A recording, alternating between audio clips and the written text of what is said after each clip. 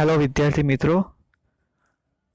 આપણે ભાગ 1માં આર્થિક વૃદ્ધિ અને વિકાસનો અર્થ એક ઉદાહરણ દ્વારા સમજ્યા હતા. આપણે આ વિડિયો લેક્ચરમાં આર્થિક વિકાસના નિર્દેશકોનો પરિચય મેળવવાનો છે. હવે દેશમાં આર્થિક વિકાસ થયો છે કે કેમ એ દરેક વ્યક્તિને જાણવાની ઈચ્છા થતી હશે, અને ખાસ તો અર્થશાસ્ત્રીઓને, દેશના મોટા મોટા નેતા, દેશના દરેક વ્યક્તિને જાણવું જરૂરી છે કે દેશે પ્રગતિ કરી છે તો કેટલી કરી છે, એટલે કે દેશનો વિકાસ ગયા વર્ષ કરતાં આ વર્ષે વધુ થયો છે કે ઓછો થયો છે. તો વિદ્યાર્થી મિત્રો, દરેક વસ્તુને માપવા માટે એક ચોક્કસ માપદંડ હોય છે. તો આર્થિક વિકાસને પણ માપવા માટે કેટલાક નિર્દેશકો છે જેના મદદથી આપણે દેશે સાધેલી પ્રગતિ એટલે કે દેશે કરેલો વિકાસને આપણે આંકડાકીય માહિતીમાં માપી શકીએ છીએ. આ નિર્દેશકો એવા છે કે જેની મદદથી દેશે પ્રગતિ કરી છે તો કેટલી ઝડપથી કરી છે, કેટલા પ્રમાણમાં કરી છે એ પણ આપણે જાણી શકીએ છીએ. અને જે વિકાસને માપવા માટે જે પરિબળો ધ્યાનમાં લેવામાં આવે છે, આવા પરિબળોને આર્થિક વિકાસના માપદંડો, ધોરણો કે નિર્દેશકો તરીકે ઓળખવામાં આવે છે. જેમ આપણા શરીરનું તાપમાન થર્મોમીટર દ્વારા માપવામાં આવે છે, એટલે કે આપણા શરીરમાં તાપમાન વધ્યું છે કે ઘટ્યું છે એ આપણે થર્મોમીટર વડે એકદમ ચોકસાઈપૂર્વક માપી શકીએ છીએ.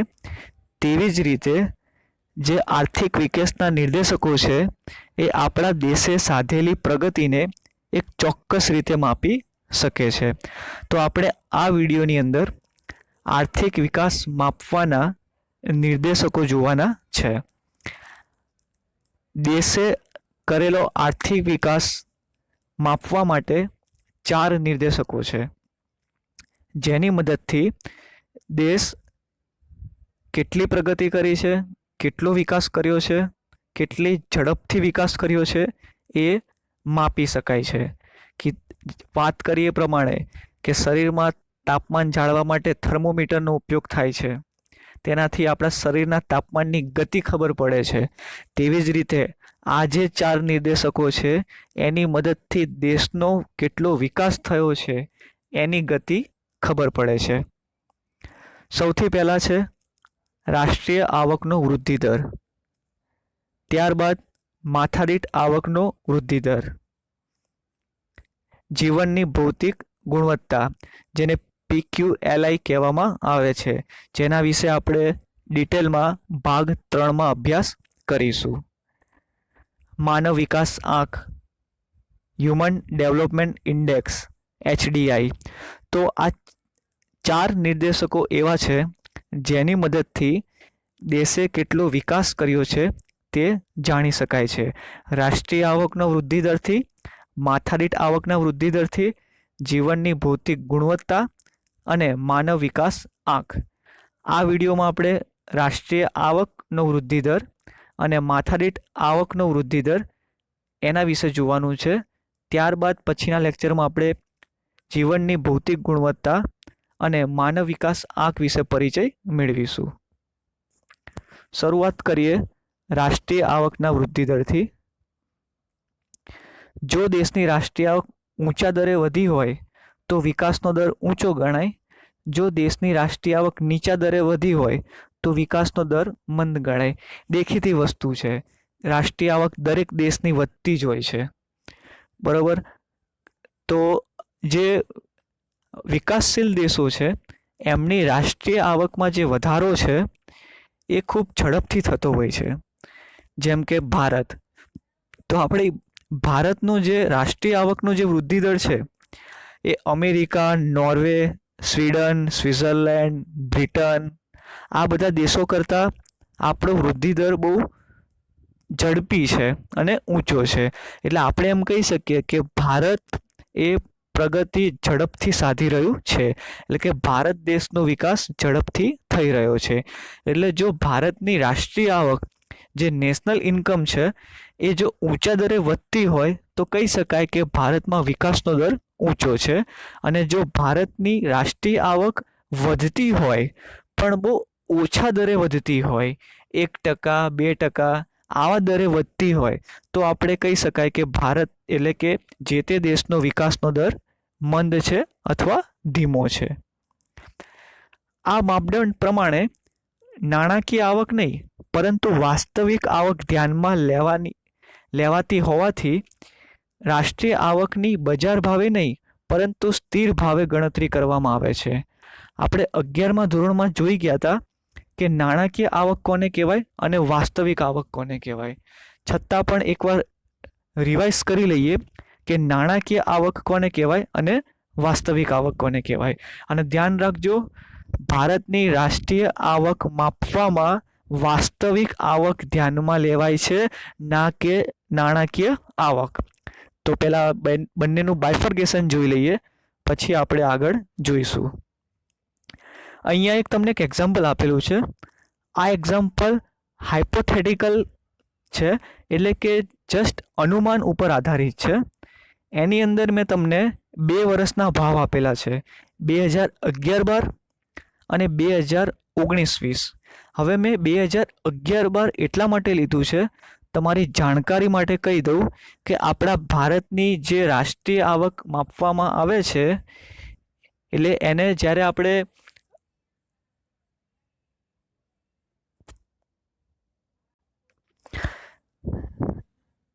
જનરલી આપણે આવક મેળવવી હોય તો આપણે શું કરીશું? ઉત્પાદનના એકમો ગુણ્યા ભાવ, એટલે આપણને કુલ આવક મળશે. તો એવી જ રીતે આ એક હાઇપોથેટિકલ સિચ્યુએશન છે કે માની લો કે ભારત દેશમાં એક વર્ષ દરમિયાન પેન, પેન્સિલ અને બુકનું જ ઉત્પાદન થાય છે. માની લેવાનું છે, જસ્ટ ધારણા છે. ઘણી બધી વસ્તુઓનું ઉત્પાદન થાય છે, પણ માની લેવાનું કે એક વર્ષ દરમિયાન ભારતમાં ફક્ત પેન, પેન્સિલ અને બુકનું જ ઉત્પાદન થાય છે. અને એની કિંમત આપેલી છે 2011-12માં 5 રૂપિયા, પેન્સિલની કિંમત 2 રૂપિયા અને બુકની કિંમત 100 રૂપિયા હતી. 2019-20માં ઇન્ફ્લેશન, ફુગાવો એટલે કે મોંઘવારીને કારણે એ જ વસ્તુની કિંમત પેનની 10 રૂપિયા, પેન્સિલની 5 રૂપિયા અને એ બુકની 250 રૂપિયા થઈ ગઈ હતી. હવે મેં અહીંયા 2011-12 એટલા માટે લીધું છે કારણ કે આપણી રાષ્ટ્રીય આવકમાં જે પાયાનું વર્ષ કહેવાય, એ પાયાનું વર્ષ 2011-12 છે.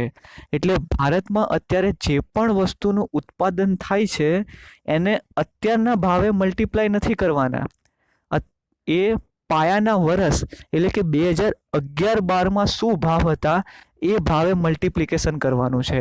અને આપણે જ્યારે પાયાના વર્ષે ગુણાકાર કરીશું તો આપણને જે આવક મળે છે એ વાસ્તવિક આવક કહેવાય. અને આપણે જો ચાલુ ભાવે આપણે એનો ગુણાકાર કરીને આવક મેળવીએ તો એ આવક આપણી નાણાકીય આવક કહેવાય. એક ઉદાહરણથી સરસ રીતે સમજીએ. હવે માની લો કે એક વર્ષ દરમિયાન 5 પેન, 10 પેન્સિલ અને 2 બુકનું ઉત્પાદન થાય છે, એટલે કે એની આવક થાય છે. તો 2011-12માં તમે જોઈ શકો છો પેનની કિંમત 5 રૂપિયા, પેન્સિલની કિંમત 2 રૂપિયા અને બુકની કિંમત 100 રૂપિયા હતી. તો આપણે મલ્ટિપ્લિકેશન કરીશું. એક પેનની કિંમત 5 રૂપિયા તો 5 પેનની 25, 10 પેન્સિલની 2 લેખે 20, 2 બુકની 100 લેખે 200. તો ટોટલ ઇન્કમ 245 થઈ. તો આ જે 245 આવક છે એ ભારતની રાષ્ટ્રીય આવક કહેવાય. આપણે હાઇપોથેટિકલ સિચ્યુએશન વિચારીએ છીએ, એટલે કે જસ્ટ આટલું જ ઉત્પાદન થાય છે એવું માની લઈએ છીએ, જેને કારણે કોન્સેપ્ટ આપણો એકદમ ક્લિયર થાય. તો 245 છે તો સવાલ થશે કે અત્યારે 2020-21 ચાલી રહ્યું છે, તો હવે આપણે જે ભાવ લીધા એ ભાવ તો આપણે 11-12ના લીધા. તો બસ મિત્રો, હું આ જ કહેવા માંગુ છું કે આપણે જે પાયાનું વર્ષ છે એ રાષ્ટ્રીય આવક ગણાતી વખતે આ પાયાના જે ભાવ છે એને ધ્યાનમાં લેવામાં આવે છે, જેને આપણે બેઝ યર કહેવામાં આવે છે. એટલે જ્યારે રાષ્ટ્રીય આવક આપણે ગણીએ છીએ ત્યારે સરકાર કોઈ એક વર્ષને પાયાનું વર્ષ તરીકે પાયાના વર્ષ તરીકે એ લે છે, જેને આપણે બેઝ યર કહીએ છીએ. તો જ્યારે બેઝ યર સાથે આપણે ઉત્પાદનને મલ્ટિપ્લિકેશન કરીશું તો આપણને મળતી આવકને રાષ્ટ્રીય આવક કહેવામાં આવે છે. તો નાણાકીય આવક કોને કહીશું? તો અત્યારે હાલમાં જે ભાવ ચાલે છે એ ભાવે ઉત્પાદિત એકમોને મલ્ટીપ્લાય કરીએ તો મળતી આવકને નાણાકીય આવક કહીશું. એક્ઝામ્પલ તરીકે એ જ 5 પેન છે, એ જ 10 પેન્સિલ છે અને એ જ 2 બુક છે. ફરક એટલો છે કે આપણે અત્યારે ચાલુ ભાવ લીધા છે, એટલે કે કરંટ યરના લીધા છે. પેનની કિંમત 10 રૂપિયા, પેન્સિલની કિંમત 5 રૂપિયા અને બુકની કિંમત 250 રૂપિયા. તો 5 પેન 50 રૂપિયા, 10 પેન્સિલ 50 રૂપિયા અને 2 બુક એટલે કે 500 રૂપિયા. તો ટોટલ એમાઉન્ટ આવી 600 રૂપિયા. તો આ 600 રૂપિયા છે એ આપણી નાણાકીય આવક થઈ. પણ રાષ્ટ્રીય આવક ગણાતી વખતે આપણે વર્તમાન ભાવ ધ્યાનમાં લેતા નથી. તો આપણે કયા ભાવ ધ્યાનમાં લઈએ છીએ? બેઝ યર એટલે કે પાયાના વર્ષના ભાવ ધ્યાનમાં લઈએ છીએ. અને આ પાયાનું વર્ષ નક્કી કરવાનું કામ આપણી સેન્ટ્રલ ગવર્મેન્ટ, કેન્દ્ર સરકાર દ્વારા કરવામાં આવે છે. તમારી જાણકારી માટે કહી દઉં કે ઇકોનોમિક્સ ટાઈમ્સ પ્રમાણે અત્યારે પાયાનું વર્ષ બદલવાની ચર્ચા ચાલી રહી છે. તો કેટલાક અર્થશાસ્ત્રીઓએ 2020-21 એટલે કે અત્યારે કરંટ યરને પાયાનું વર્ષ ગણવું એટલે બેઝ યર ગણવું એવું સૂચવે છે. એટલે આનો આપણે ટૂંકમાં સાર કાઢીએ કે વાસ્તવિક આવક કોને કહેવાય અને નાણાકીય આવક કોને કહેવાય. તો સરકારે જે બેઝ યર નક્કી કરેલું છે એ બેઝ યરના ભાવ પ્રમાણે આપણે ગણતરી કરીએ તો મળતી આવકને વાસ્તવિક આવક કહીશું. અને વર્તમાનમાં જે વસ્તુનો ભાવ ચાલતો હોય એની સાથે આપણે ઉત્પાદનને મલ્ટિપ્લિકેશન કરીશું તો મળતી આવકને આપણે નાણાકીય આવક કહીશું. અને આપણી રાષ્ટ્રીય આવક જે છે એની ગણતરીમાં નાણાકીય આવક ધ્યાનમાં લેવાતી નથી. આપણી રાષ્ટ્રીય આવકમાં વાસ્તવિક આવક ધ્યાનમાં લેવામાં આવે છે. એટલે અત્યારે 2011-12 પછીની વાત કરું હું તો અત્યાર સુધી જેટલી પણ વાર રાષ્ટ્રીય આવકની ગણતરી થઈ એ તમામમાં બેઝ યર તરીકે 2011-12ના ભાવ ધ્યાનમાં લેવામાં આવ્યા છે. તો તમને ખ્યાલ આવી ગયો હશે કે નાણાકીય આવક અને વાસ્તવિક આવક કોને કહેવાય. તો ચર્ચા કરી એ પ્રમાણે કે રાષ્ટ્રીય આવકમાં વાસ્તવિક આવક આપણે ધ્યાનમાં લઈએ છીએ. તમે ચાર્ટ જોઈ શકો છો. નોર્વે, અમેરિકા, શ્રીલંકા, ચીન, ભારત અને પાકિસ્તાન અમુક દેશ આપેલા છે અને રાષ્ટ્રીય આવકનો વૃદ્ધિ દર આપેલો છે. નોર્વે જે વિકસિત દેશોમાં આવે, અમેરિકા જે પણ વિકસિત દેશોમાં આવે, શ્રીલંકા વિકાસશીલ દેશોમાં, ચીન વિકસિત દેશોમાં. તમે જોઈ શકો છો કે એમાં રાષ્ટ્રીય આવકનો વૃદ્ધિ દર તમને આપેલો છે. નોર્વે અને અમેરિકાનો વૃદ્ધિ દર ઓછો છે, 2.2, અમેરિકાનો 2.4. મેં હમણાં જ તમને કીધું હતું કે જે દેશોની રાષ્ટ્રીય આવક ઓલરેડી વધારે જ છે તો એની એક લિમિટ આવી જાય છે, એક બાઉન્ડ્રી આવી જાય છે. એના કરતાં રાષ્ટ્રીય આવક એટલી વધારે અને ઝડપથી વધતી નથી. કેમ? કારણ કે ઓલરેડી એ દેશો વિકસિત છે, ઓલરેડી ત્યાં આગળ રાષ્ટ્રીય આવક વધારે જ છે. તો એનો જે વૃદ્ધિ દર છે એ વૃદ્ધિ દર પણ કેવો હોય છે? ધીમો હોય છે. ભારતનો રાષ્ટ્રીય આવકનો વાર્ષિક ટકાવારી વૃદ્ધિ દર 2014 મુજબ 7.3 છે. જે MCQમાં પૂછાય છે કે ભારતનો 2014 મુજબ રાષ્ટ્રીય આવકનો વાર્ષિક ટકાવારી વૃદ્ધિ દર કેટલો છે? તો 7.3. આપણો અને ચીનનો વૃદ્ધિ દર એપ્રોક્સિમેટ લગભગ સમાન છે, પાકિસ્તાનનો વૃદ્ધિ દર ઘણો ઓછો છે, 4.7 છે. કીધું એ પ્રમાણે નોર્વે અને અમેરિકાનો અગાઉથી ખૂબ જ વિકાસ થઈ ચૂક્યો છે, એટલે હવે તેઓ 2 થી 3% દરે વિકાસ કરી રહ્યા છે. એટલે આપણો જે વિકાસ દર છે અને ચીનનો જે વિકાસ દર છે એમ કહી શકાય કે હરણફાળ છે. એટલે ખૂબ જ ઝડપથી પ્રગતિ કરી રહ્યું છે અને ઝડપથી વિકાસ સાધી રહ્યું છે. હવે રાષ્ટ્રીય આવકને આપણે વિકાસ તરીકે ગણીએ છીએ. એટલે દેશનો વિકાસ આપણે જ્યારે માપવો હોય ત્યારે રાષ્ટ્રીય આવકને આપણે નિર્દેશક તરીકે લીધું, પણ એની અમુક લિમિટેશન છે કે શું મર્યાદા છે, આમાં કંઈક ખામી રહી ગયેલી છે, તો એ જ ખામી, એ જ લિમિટેશન, એ જ મર્યાદા આપણે જોવાની છે. આ પ્રશ્ન બોર્ડની એક્ઝામમાં એસક્યુ શોર્ટ ક્વેશ્ચન 2019માં પૂછાયો હતો, પણ ફક્ત કોઈ પણ 2 જ એક્સપ્લેન કરવાની હતી, અને એ પણ ટૂંકમાં. કેમ? કારણ કે એસક્યુમાં પૂછાયો હતો એટલે કે 2 ગુણમાં પૂછાયો હતું. એટલે રાષ્ટ્રીય આવકના વિકાસ તરીકેની જે નિર્દેશક તરીકેની જે મર્યાદા છે એ ફક્ત તમારે કોઈ પણ 2 જ એક્સપ્લેન કરવાની હતી. તો જોઈએ સૌથી પહેલું રાષ્ટ્રીય આવકની ગણતરીની મુશ્કેલી. તો કઈ કઈ મુશ્કેલી આવે છે?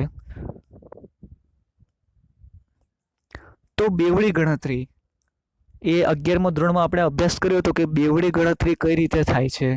એટલે કે રાષ્ટ્રીય આવકમાં કેટલીક ઉત્પાદિત વસ્તુ એવી છે કે જેની 2 વાર ગણતરી થાય છે.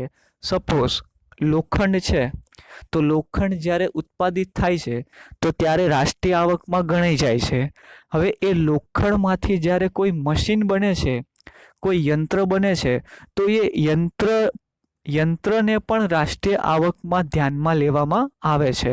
તો ઓલરેડી યંત્રનું જે મૂલ્ય છે એ લોખંડમાં સમાયેલું જ છે. એટલે અહીં 2 વાર રાષ્ટ્રીય આવકની ગણતરી થઈ, એકવાર લોખંડ તરીકેની અને એકવાર યંત્ર તરીકેની. તો આ બેવડી ગણતરી છે, તો આ પણ એક મુશ્કેલી છે. સ્વવપરાશની વસ્તુઓ, એટલે એમાં આપણે જોયું હતું કે ખેડૂતો છે, કે સપોઝ એક્ઝામ્પલ તરીકે જોઈએ તો ખેડૂતો છે એ જેટલું પણ ઉત્પાદન કરે છે એમાંથી ઉત્પાદિત થયેલી વસ્તુ એ પોતાના ઘર વપરાશમાં લઈ જાય, તો એ ઘર વપરાશમાં જે ઉત્પાદિત થયેલી વસ્તુ લઈ જાય છે એને આપણે રાષ્ટ્રીય આવકની ગણતરીમાં ધ્યાનમાં લેતા નથી. ખરેખર લેવી જોઈએ, તો જ આપણને કુલ ઉત્પાદન અને કુલ આવક મળે. ઘસારો જાણવાની મુશ્કેલી, યંત્ર પર કેટલો, ક્યારે, કઈ પદ્ધતિથી ઘસારો ગણવો, ગેરકાયદેસર આવક, ઇલીગલી આવક જે છે જેને આપણે કાળું નાણું કહીએ છીએ, બ્લેક મની, તો એ આવક લોકો બતાવતા નથી, જેને કારણે આપણા ભારતની રાષ્ટ્રીય આવક આપણે જાણી શકાતા નથી. કર ટાળો, એટલે કે લોકો ટેક્સીસ ભરવાનું ટાળે છે. કર ચોરી, કરની ચોરી કરે છે. સાટા પદ્ધતિ, નિરક્ષરતા, એક કરતા વ્યવસાયમાં રોકાયેલા લોકો, એટલે કે અમુક જગ્યાએ 3 માણસની જરૂર હોય તો 5 વ્યક્તિ કામ કરતા હોય, તો 3 વ્યક્તિની જરૂર છે, 5 વ્યક્તિ કામ કરે છે, તો બાકીના જે વધારાના જે 2 જણા છે એ ઉત્પાદકમાં વધારો કરતા જ નથી, એ કોઈ પણ વસ્તુનું ઉત્પાદન કરતા જ નથી, છતાં પણ એમને ઉત્પાદન પ્રક્રિયામાં ગણતરીમાં ધ્યાનમાં લેવાય છે.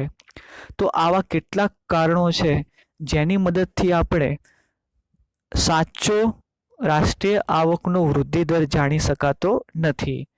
તો આ પરથી આપણે કહી શકીએ કે રાષ્ટ્રીય આવક એ માપદંડ તો છે, પણ સાચો માપદંડ, એકદમ એક્યુરેટ મેઝરમેન્ટ આનાથી આપણને પ્રાપ્ત થાય છે એ આપણે કહી શકીએ નહીં. ત્યારબાદ વસ્તી. એકમાત્ર રાષ્ટ્રીય આવક જાણવાથી વિકાસનો સાચો ખ્યાલ આવતો નથી, જે તે દેશની વસ્તીને પણ ધ્યાનમાં લેવી જોઈએ. 100%.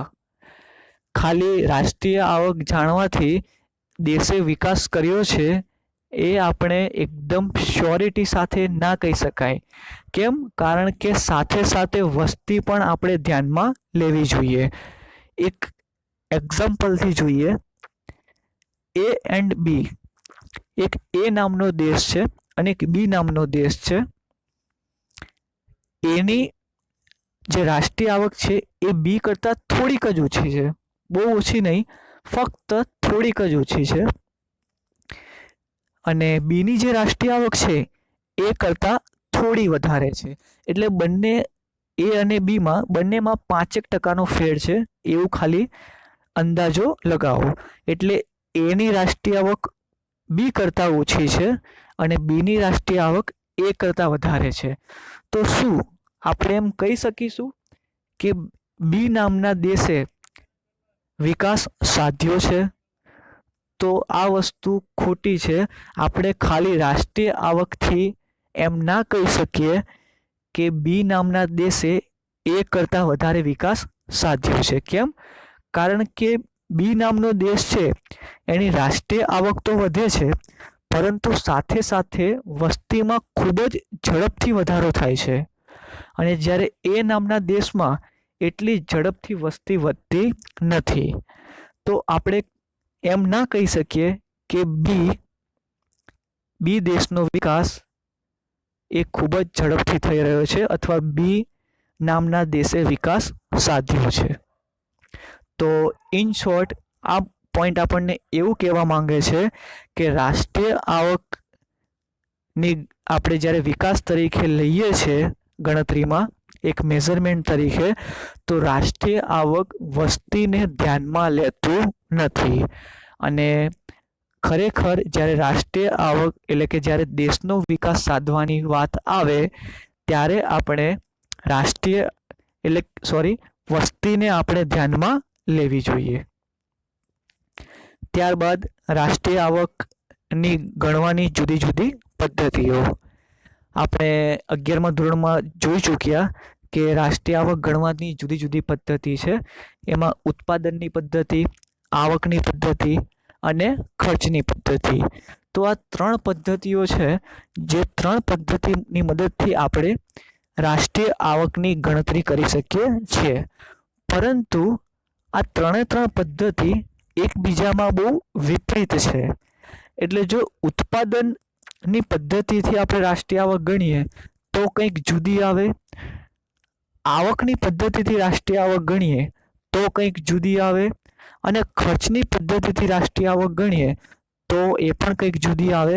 તો આ 3 પદ્ધતિથી આપણે જ્યારે રાષ્ટ્રીય આવક ગણીએ તો વિભિન્ન રાષ્ટ્રીય આવક આપણને જોવા મળે છે. તો કઈ દેશ કઈ પદ્ધતિનો ઉપયોગ કરે છે એ પણ મહત્વનું છે. કારણ કે એવું જરૂરી નથી કે તમામ દેશો એક જ સરખી રાષ્ટ્રીય આવકની પદ્ધતિથી રાષ્ટ્રીય આવકની ગણતરી કરે. કોઈ એક પદ્ધતિ કરતાં બીજી પદ્ધતિથી રાષ્ટ્રીય આવકની ગણતરી કરતાં રાષ્ટ્રીય આવકમાં ફેર પડે છે. એટલે મેં કીધું એ પ્રમાણે કે 3 જે પદ્ધતિ છે એ 3 પદ્ધતિથી જ્યારે રાષ્ટ્રીય આવક ગણાય તો 3 પદ્ધતિમાં રાષ્ટ્રીય આવક અલગ અલગ આવશે.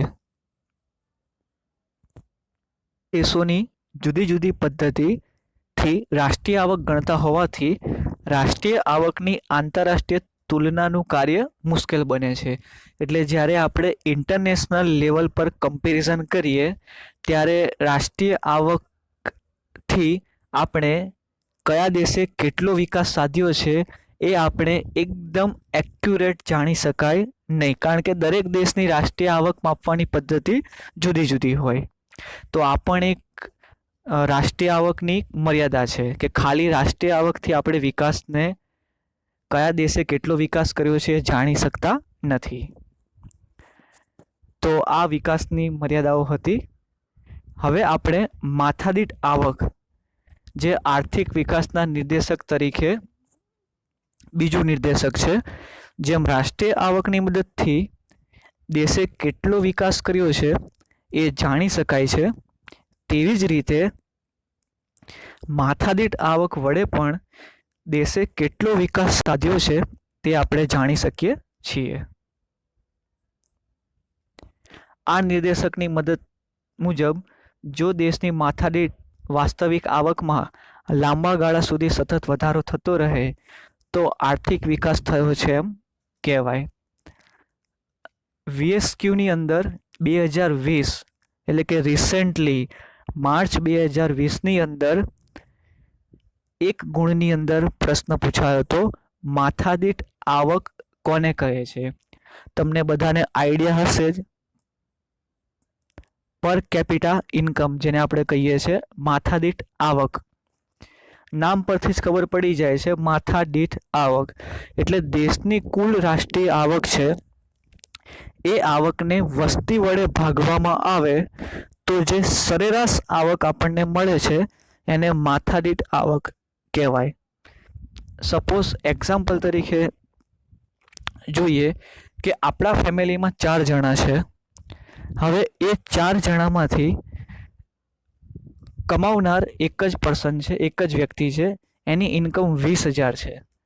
તો એમ કહી શકાય કે આપણા કુટુંબની ટોટલ ઇન્કમ 20,000 છે. બાકીના 3 જણા કોઈ પ્રવૃત્તિ કરતા નથી જેનાથી આવક પ્રાપ્ત થાય.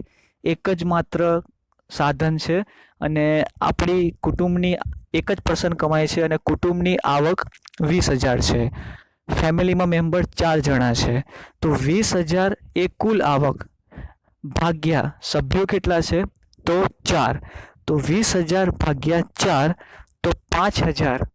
તો આ 5,000 જે છે એ માથાદીઠ આવક કહેવાશે. એટલે કે પપ્પા, મમ્મી, ભાઈ અને બહેન જે 4 પર્સન હતા એ 4 પર્સનની પર કેપિટા ઇન્કમ એટલે કે માથાદીઠ આવક 5,000 રૂપિયા છે.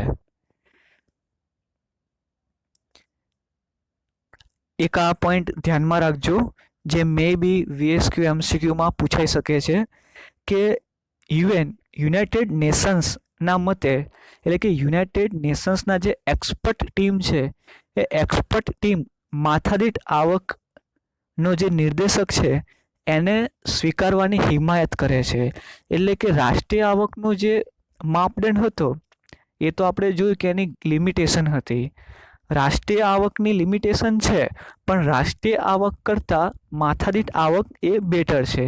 એટલા માટે યુએનના સંયુક્ત રાષ્ટ્રસંઘના જે એક્સપર્ટ નિષ્ણાંતો છે એ નિષ્ણાંતો આપણને માથાદીઠ આવકનો જે નિર્દેશક છે એને સ્વીકારવાની હિમાયત કરે છે.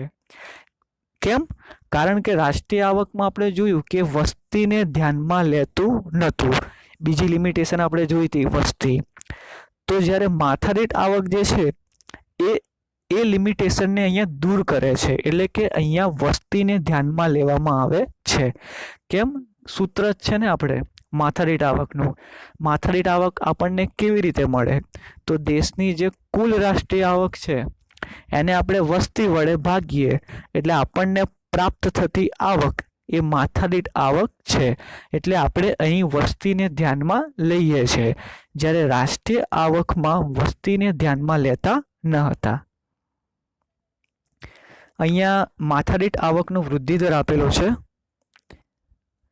એમાં નોર્વે, અમેરિકા, શ્રીલંકા, ચીન, ભારત અને પાકિસ્તાન.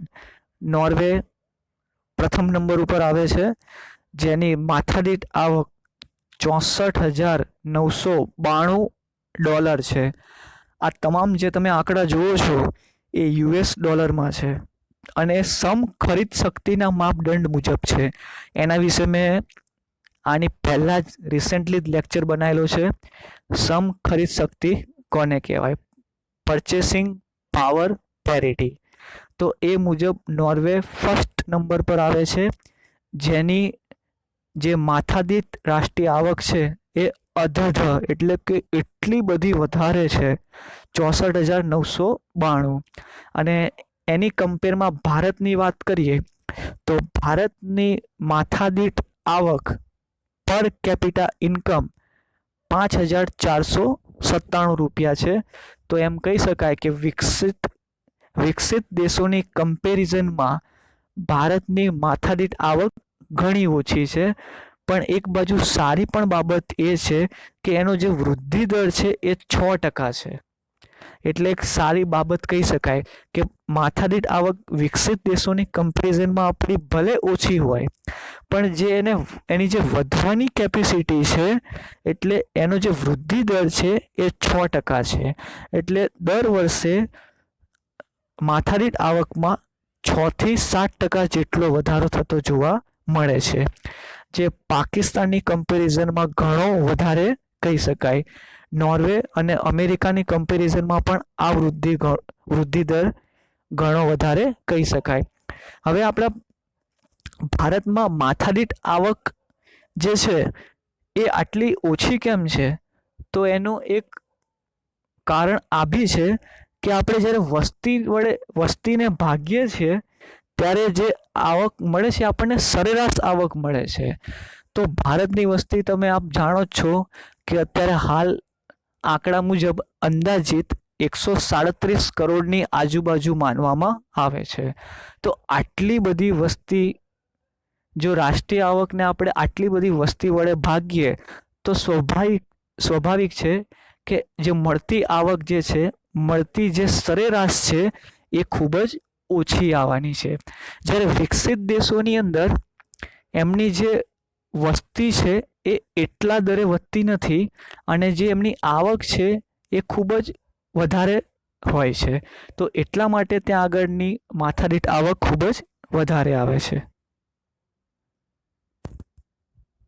હવે આપણે રાષ્ટ્રીય આવકના નિર્દેશક તરીકેની મર્યાદા જોઈશું. માત્ર અંદાજો. શું કહે છે પોઈન્ટ?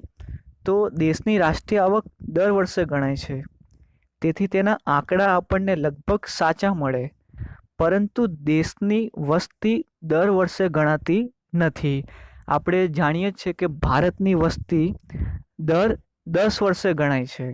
એટલે હવે આપણે જ્યારે દરેક વર્ષે માથાદીઠ આવકને જ્યારે માપીએ ત્યારે આપણી પાસે 2 વિગતો હોવી જોઈએ. આની ફોર્મ્યુલા જ છે રાષ્ટ્રીય આવક ભાગ્યા કુલ વસ્તી.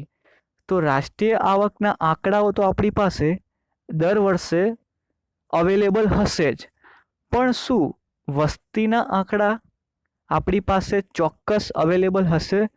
તો કે ના. કેમ? કારણ કે વસ્તી તો દર 10 વર્ષે માપવામાં આવે છે.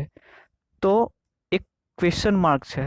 તો જ્યારે આપણે અન્ય વર્ષોમાં રાષ્ટ્રીય આવકની ગણતરી કરતા હોઈએ તો ત્યારે વસ્તીમાં આપણે કઈ એમાઉન્ટને મૂકીએ છીએ? તો જ્યારે આ રીતે જ્યારે આપણે ફોર્મ્યુલામાં, એટલે કે જ્યારે દેશની જે માથાદીઠ આવક ગણાતી હોય ત્યારે માત્ર અંદાજો લગાવવામાં આવે છે. એટલે સપોઝ એક્ઝામ્પલ તરીકે અત્યારે 137 કરોડની આજુબાજુ વસ્તી છે અને ભારતનો વૃદ્ધિ દર વાર્ષિક જે વસ્તીનો વૃદ્ધિ દર કહેવાય એ 2%ની આજુબાજુ છે. તો 137 કરોડ છે, 137 કરોડના 2%, એમાં પ્લસ કરીને જે વસ્તી મળશે એ વસ્તીને ત્યાં આગળ એ લોકો ધ્યાનમાં લે છે. તો આપણે જોઈએ કે આ ફક્ત વસ્તીના અંદાજો છે, એક્યુરેટ વસ્તીના આંકડાઓ મળતા નથી. તો માથાદીઠ આવક આ રીતે જો આપણે માપીએ તો આની એક લિમિટેશન આવી જાય છે. જો આપણા દેશમાં વસ્તી દર વર્ષે મપાતી હોય તો આપણે માથાદીઠ આવકના નિર્દેશકને આપણે એકદમ શ્યોરિટી સાથે 100% આપણે એક્સેપ્ટ કરી શકીએ. એટલે આપણે માત્ર વસ્તી કેટલી વધશે એના અનુમાનિત આંકડાઓ ધ્યાનમાં લઈએ છીએ, કારણ કે ખરેખર વસ્તી 10 વર્ષે ગણાય છે. રાષ્ટ્રીય આવક માથાદીઠ આવક ગણવાની મુશ્કેલી. એટલે જે આપણે અગાઉ જોઈ ચૂક્યા કે રાષ્ટ્રીય આવકમાં કઈ કઈ મુશ્કેલી આવતી હતી. કરચોરી, કરટાળો હતી, બેવડી ગણતરી હતી, ઘસારા ગણવાની પદ્ધતિ હતી. તો એ તો હતી, પણ આમાં પણ એક મુશ્કેલી હશે. મુશ્કેલી શું? તો માથાદીઠ આવક ચાલુ ભાવે ગણવી કે સ્થિર ભાવે ગણવી? તો આ પણ એક મુશ્કેલી છે. સ્થિર ભાવ એટલે બેઝ યર 11-12, અને ચાલુ ભાવ એટલે કરંટ યર. તો આને કારણે આપણે આ મુશ્કેલીને કારણે સાચી સ્થિતિ જાણી શકાતી નથી. માથાદીઠ આવક માત્ર સરેરાશ દર્શાવે છે. એટલે માથાદીઠ આવક જો દેશમાં વધે છે, પણ જો દેશમાં આવકની વહેંચણી સમાન થાય તો જ આર્થિક વિકાસ થયો છે એમ આપણે કહી શકીએ. તો આપણે એક વચ્ચે નાનકડું એક્ઝામ્પલ જોયું હતું કુટુંબનું. 4 વ્યક્તિ છે, એક જ વ્યક્તિ કમાવનાર છે. 20,000 ઇન્કમ હતી. 20,000 ડિવાઇડેડ ફોર 4 કર્યા એટલે 5,000 પર કેપિટા ઇન્કમ માથાદીઠ આવક આવી હતી. પણ શું 5,000 એ દરેક વ્યક્તિને મળે છે? એટલે કે મમ્મી, પપ્પા, ભાઈ અને બહેન, તો એ જે 20,000 કમાય છે તો શું એ દર મહિને 5,000ની વહેંચણી કરી કાઢે છે? તો ના, નથી કરતા. એ મેજોરિટી હિસ્સો પોતાની પાસે રાખે છે. ઘર ખર્ચ માટે થોડા ઘણા પૈસા મમ્મીને આપે છે અને અન્ય 2 વ્યક્તિને જે પોકેટ મની જેટલા એમને જે થોડું ઘણું જે એમના નાસ્તાના જે અમુક જે ખર્ચાઓ હોય, મોજ શોખના જે ખર્ચાઓ હોય, એના માટે થોડા ઘણા પૈસા આપે છે. તો આનો અર્થ એવો થાય કે કુટુંબમાં 4 જણા હતા, પણ આવકની વહેંચણી અસમાન થઈ છે. મેજોરિટી હિસ્સો પપ્પાએ રાખ્યો, એમાંથી થોડો મમ્મીને આપ્યો અને થોડામાં થોડો અન્ય 2 વ્યક્તિને આપ્યો. તો સેમ વસ્તુ આપણા દેશમાં આવું થાય છે કે જ્યારે રાષ્ટ્રીય આવક હોય એને જ્યારે આપણે વસ્તી વડે ભાગીએ છીએ તો જે સરેરાશ આવે છે તો એ સરેરાશ માત્ર આંકડાઓ જ બતાવે છે. ખરેખર દરેક વ્યક્તિને એ આવક પ્રાપ્ત થતી નથી. એટલે જે ભારતમાં જે આવકની વહેંચણી છે એ કેટલાક અંશે અસમાન જોવા મળે છે. એટલે કે જે કરોડપતિ, અબજોપતિ જે લોકો છે ત્યાં આગળ આવકનો હિસ્સો ખૂબ જ વધારે છે અને જે અન્ય વ્યક્તિઓ છે ત્યાં આગળ આવકનો હિસ્સો એટલે આવકની વહેંચણી ત્યાં આગળ ઓછી થતી જોવા મળે છે. તો આ પરથી આપણે કહી શકીએ કે આવકની વહેંચણી જો અસમાન થાય તો આપણે એમ ના કહી શકીએ કે દેશે વિકાસ સાધ્યો છે. દેશે વિકાસ સાધ્યો છે એ આપણે એ પરથી જ કહી શકીશું જ્યારે આવકની વહેંચણી સમાન થયેલી હોવી જોઈએ. ત્યારબાદ સરખામણીની મુશ્કેલી.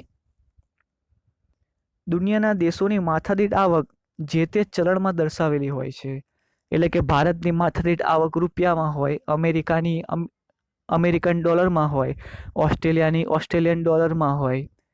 તો દરેક દેશની જે માથાદીઠ આવક છે એ દેશના ચલણમાં દર્શાવેલી હોય છે. તો સૌ પહેલાં તો એને અમેરિકન ડોલરમાં કન્વર્ટ કરવી પડે. એ કન્વર્ટ કરીએ ત્યારબાદ આપણે કમ્પેરિઝન કરી શકીએ છીએ.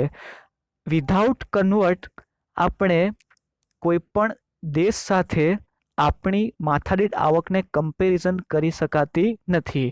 કારણ કે દરેક દેશના ચલણ અલગ અલગ છે. દરેક દેશના ચલણ ઉપર રિસ્ટ્રિક્શન અલગ અલગ છે. એનો જે એક્સચેન્જ રેટ છે એ પણ અલગ અલગ છે.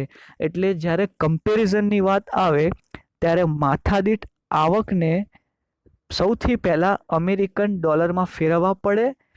ત્યારબાદ આપણે જાણી શકીએ કે કયા દેશે કેટલો વિકાસ કર્યો છે, કેટલી ઝડપથી કર્યો છે, એનો વિકાસનો દર કેટલો છે.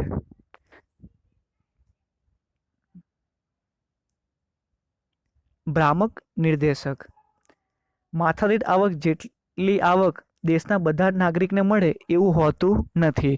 હમણાં જોયું એ પ્રમાણે કે 20,000 આવક હતી કુટુંબની, 5,000 4 વ્યક્તિના ભાગમાં આવે છે. તો શું એ 4 વ્યક્તિને 5,000 મળે છે? તો ના, નથી મળતા.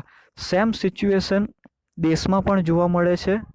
એટલે માથાદીઠ આવક એટલે કે જ્યારે રાષ્ટ્રીય આવકને આપણે વસ્તી વડે ભાગીએ છીએ અને જે સરેરાશ મળે છે એ સરેરાશ માત્ર આંકડાઓ જ બતાવે છે. એ જે આંકડો છે એ દરેક વ્યક્તિને મળે એવું જરૂરી હોતું નથી. અને માથાદીઠ આવકનો નિર્દેશક જેટલું નિર્દેશ કરે છે તેના કરતાં છુપાવે વધારે, જેથી તે સાચો નિર્દેશક કહી શકાય નહીં. એટલે રાષ્ટ્રીય આવકની જેમ માથાદીઠ આવકમાં પણ આની ગણતરીમાં અમુક વસ્તુ છુપાવવામાં આવે છે, જેથી આપણે આને સાચો નિર્દેશક કહી શકાય નહીં. તો આ 5 માથાદીઠ આવકની લિમિટેશન હતી. આઈ હોપ કે તમને જે દેશનો વિકાસ કેટલો થયો છે એના જે મેઝરમેન્ટ હતા, એના જે નિર્દેશકો હતા, એમાંથી 2 નિર્દેશક વિશે તમને ખ્યાલ આવી ગયો હશે, એક રાષ્ટ્રીય આવક અને એક માથાદીઠ આવક. હવે પછીના લેક્ચરમાં આપણે જીવનની ભૌતિક ગુણવત્તા અને HDI કે જેની મદદથી પણ આપણે રાષ્ટ્રીય આવક જાણી શકીએ છીએ એના વિશે આપણે ચર્ચા કરીશું. જો કોઈ તમને આ ટોપિકને લગતી કોઈ ક્વેરી હોય તો તમે કોમેન્ટ બોક્સમાં મને પૂછી શકો છો.